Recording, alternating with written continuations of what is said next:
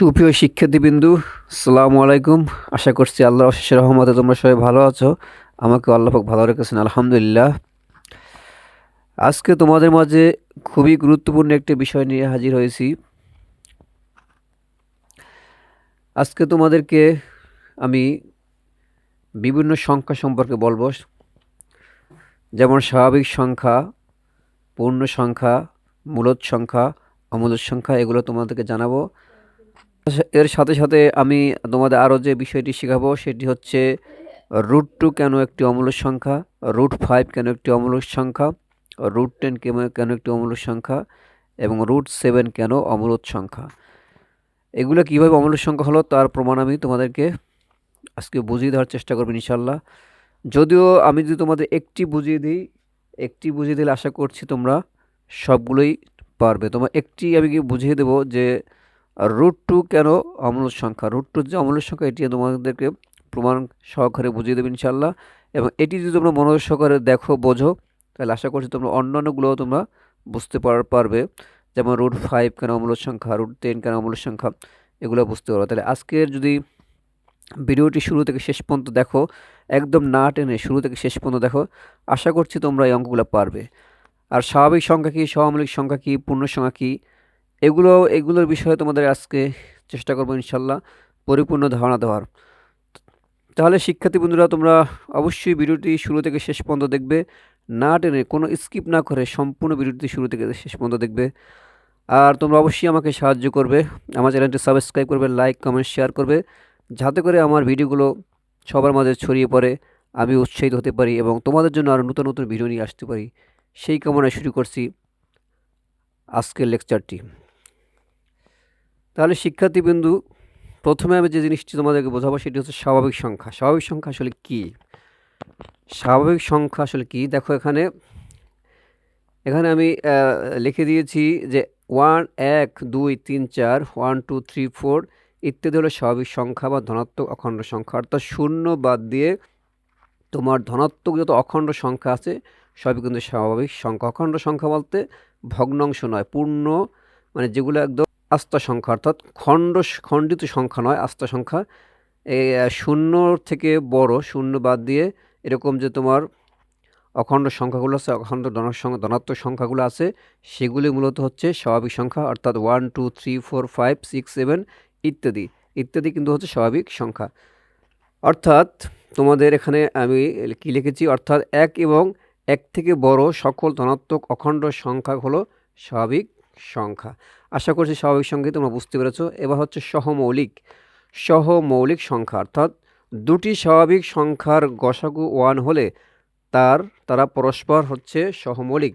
অর্থাৎ দুটি সংখ্যা যদি গসাগু যদি পরস্পর এক হয়, যদি দুটি স্বাভাবিক সংখ্যার যদি গসাগু 1 হয়, 1 হয়, তাহলে তারা পরস্পর হচ্ছে সহমৌলিক। অর্থাৎ এমন দুটি সংখ্যা তোমার নিতে হবে যাদের ভিতরে কোনো এক ছাড়া অন্য কোনো উৎপাদক থাকবে না, এক ছাড়া অন্য কোনো সাধারণ উৎপাদক থাকবে না, তারা হচ্ছে সহমৌলিক।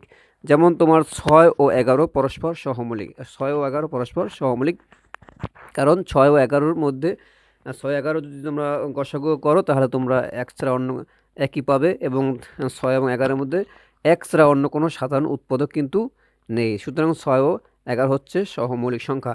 আশা করি শিক্ষার্থীবৃন্দ তোমরা সহমৌলিক সংখ্যা সেটা বুঝতে পেরেছো। এবার আসলে আমরা শিখব পূর্ণ সংখ্যা। পূর্ণ সংখ্যা কি? শূন্য সহ সকল ধনাত্মক ও ঋণাত্মক অখণ্ড সংখ্যাই হচ্ছে পূর্ণ সংখ্যা। শূন্য সহ সকল ধনাত্মক ও ঋণাত্মক অখণ্ড সংখ্যাকে পূর্ণ সংখ্যা বলে। অর্থাৎ এখানে তোমার সকল অখণ্ড সংখ্যা থাকবে, এখানেও কিন্তু আস্ত সংখ্যা থাকবে, কিন্তু খণ্ডিত সংখ্যা থাকবে না। এবং তোমার এখানে 0 থাকতে পারবে এবং ধনাত্মক সংখ্যা থাকতে পারবে, ঋণাত্মক সংখ্যাও থাকতে পারবে, সব মিলেই কিন্তু পূর্ণ সংখ্যা। আশা করছি শিক্ষার্থীবৃন্দ পূর্ণ সংখ্যা সেটাও তোমরা বুঝতে পেরেছো। শিক্ষার্থীবৃন্দ, এবার তোমাদের শেখাবো ভগ্নাংশ সংখ্যা। ভগ্নাংশ কী বা ভগ্নাংশ সংখ্যা কী? অর্থাৎ p/q আকারের কোনো সংখ্যাকে ভগ্নাংশ সংখ্যা বা সংক্ষেপে ভগ্নাংশ বলা হয়। যেখানে তোমার পিও স্বাভাবিক সংখ্যা বা পূর্ণ সংখ্যা হতে পারে, কিউ স্বাভাবিক সংখ্যা বা পূর্ণ সংখ্যা হতে পারে, কিন্তু কিউটা কিন্তু তোমার জিরো হতে পারবে না এবং ওয়ানও হতে পারবে না।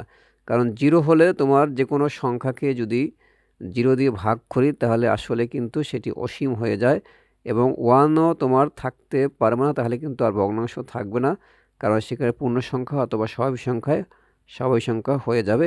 এই জন্য কেউ কিন্তু জিরো হতে পারবে না এবং ওয়ান হতে পারবে না, এছাড়া অন্যান্য স্বাভাবিক সংখ্যা বা পূর্ণ সংখ্যা হতে পারবে। এবং এই কিউ দ্বারা পি কিন্তু নিঃশেষে বিভাজ্য হতে পারবে না, কিউ দ্বারা পি কিন্তু নিঃশেষে বিভাজ্য হতে পারবে না, তাহলে কিন্তু আসলে তোমার ভগ্নাংশ হবে না। কারণ আমি যদি উপরে 6 নিই এবং নিচে যদি 3 নিই, তাহলে 3 দিয়ে যদি 6 ভাগ করি তাহলে আমরা 2 পাবো। দুই কিন্তু ভগ্নাংশ না, এটি স্বাভাবিক সংখ্যা বা পূর্ণ সংখ্যা। সুতরাং তোমার এই কিউ দ্বারা পি কিন্তু নিঃশেষে বিভাজ্য হতে পারবে না। এরকম তোমার দুটি সংখ্যা, এরকম এই আকৃতির সংখ্যাই হলো কিন্তু ভগ্নাংশ সংখ্যা। উদাহরণ যেমন 1/2, 1/3, 2/3 ইত্যাদি। এরপর আছে তোমার মূলদ সংখ্যা। মূলদ সংখ্যা কি? p/q আকারের যে কোনো সংখ্যাকে মূলদ সংখ্যা বলা হয়। p/q আকারের যে কোনো সংখ্যাকেই মূলদ সংখ্যা বলা হয়। এখানে p ও q পূর্ণ সংখ্যা, এবং q নট ইকুয়াল টু 0।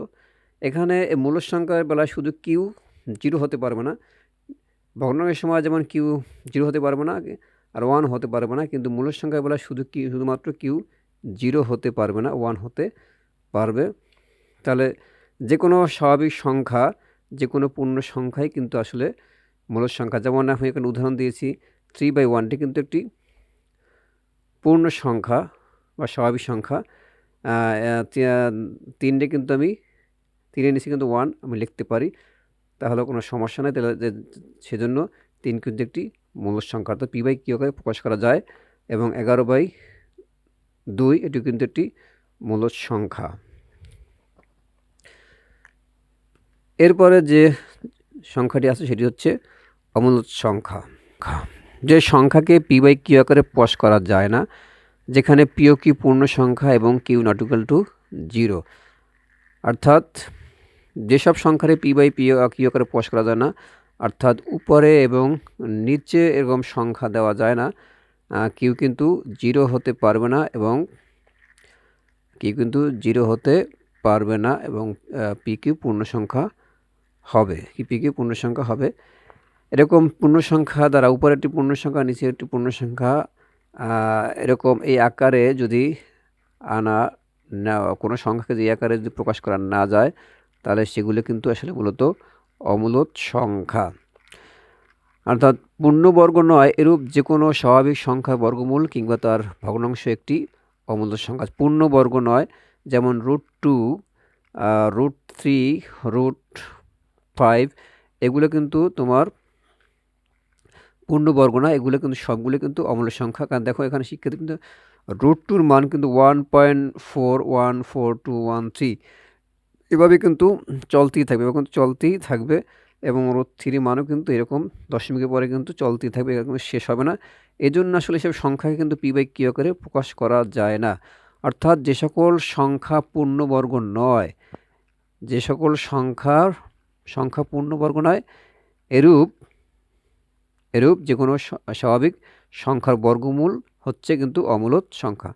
যেমন √2, √3, √5, √10 এগুলো কিন্তু পূর্ণবর্গ সংখ্যা নয়, এর যদি আমরা রুট করি তাহলে এগুলো কিন্তু হচ্ছে অমূলদ সংখ্যা।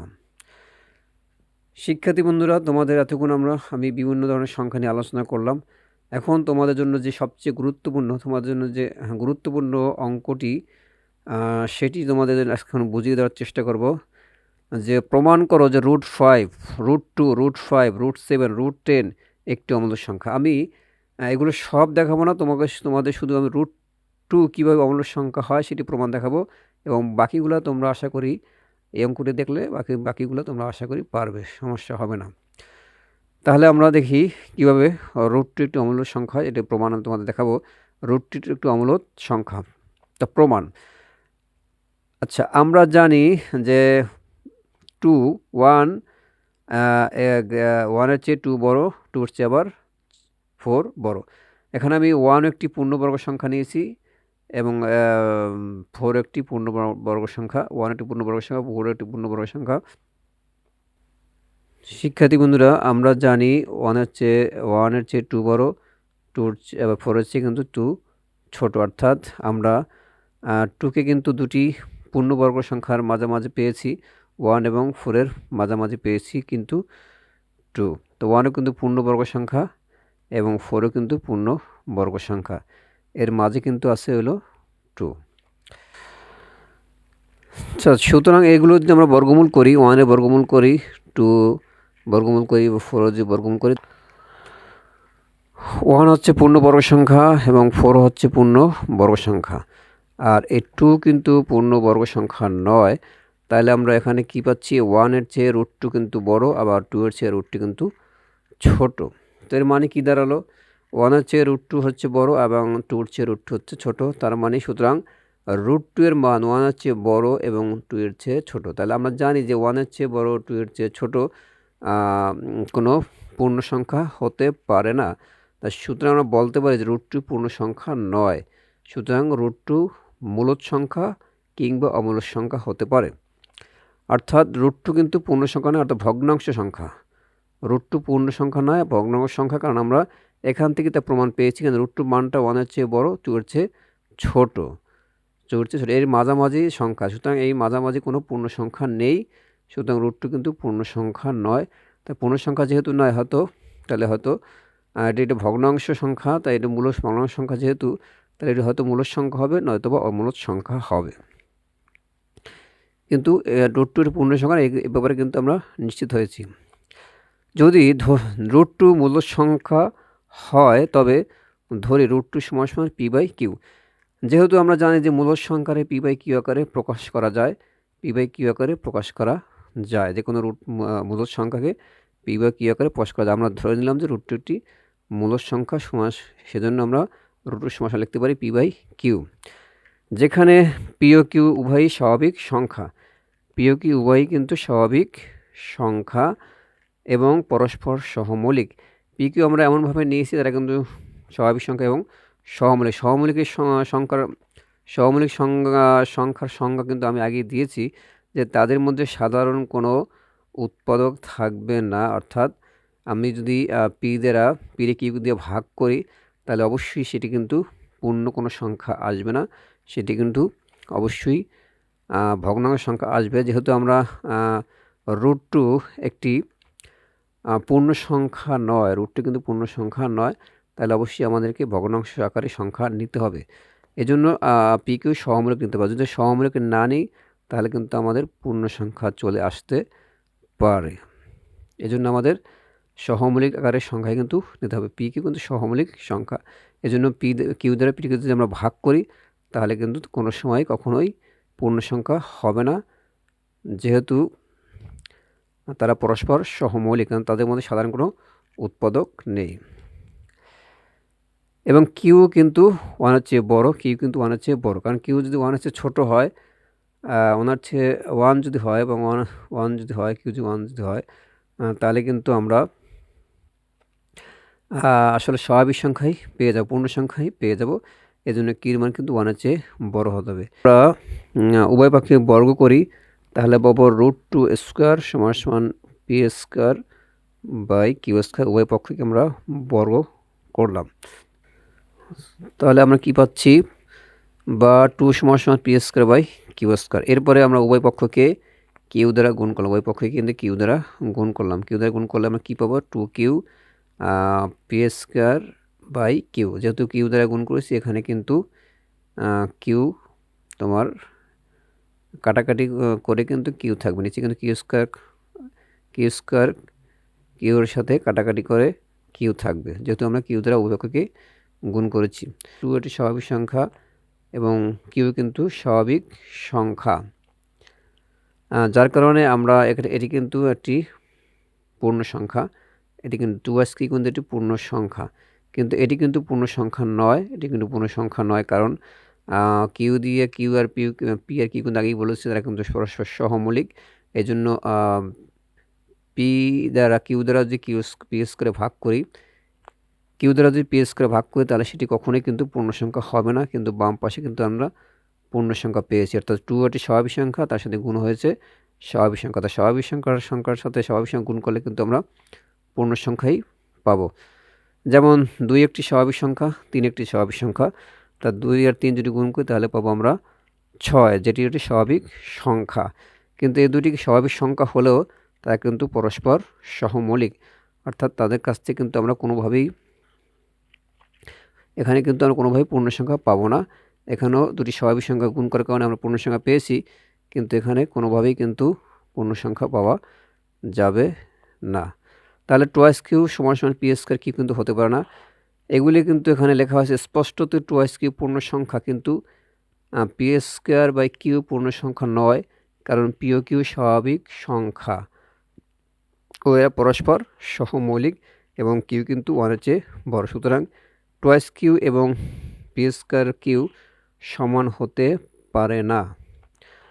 যেটি কিন্তু আগেই বলেছি, আসলে 2 কিউ এবং পি স্কয়ার বাই কিউ কিন্তু সমান হতে পারে না, কারণ 2 কিউ কিন্তু পূর্ণ সংখ্যা আর পি স্কয়ার বাই কিউ পূর্ণ সংখ্যা নয়। কেন নয়? তারা কিন্তু সরাসর সহমৌলিক, সুতরাং তারা কিন্তু পূর্ণ সংখ্যা হতে পারে না। সুতরাং আমরা লিখতে পারি 2 q not equal to p square by Q.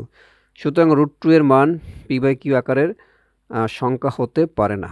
√2 এর মান পি বাই কিউ আকারের সংখ্যা হতে পারে না, অর্থাৎ মূল সংখ্যা হতে পারে না। তাই আমরা বলতে পারি √2 একটি অমূলদ সংখ্যা। শিক্ষার্থী বন্ধুরা, আমি চেষ্টা করেছি তোমাদেরকে সাধ্য অনুযায়ী বুঝিয়ে দেওয়ার। তোমরা অবশ্যই আমার ভিডিওটি মনোযোগ সহকারে শুরু থেকে শেষ পর্যন্ত দেখবে, তাহলে তোমার এইসব অঙ্কের ব্যাপারে তোমাদের তেমন কোনো সমস্যা থাকবে না ইনশাআল্লাহ।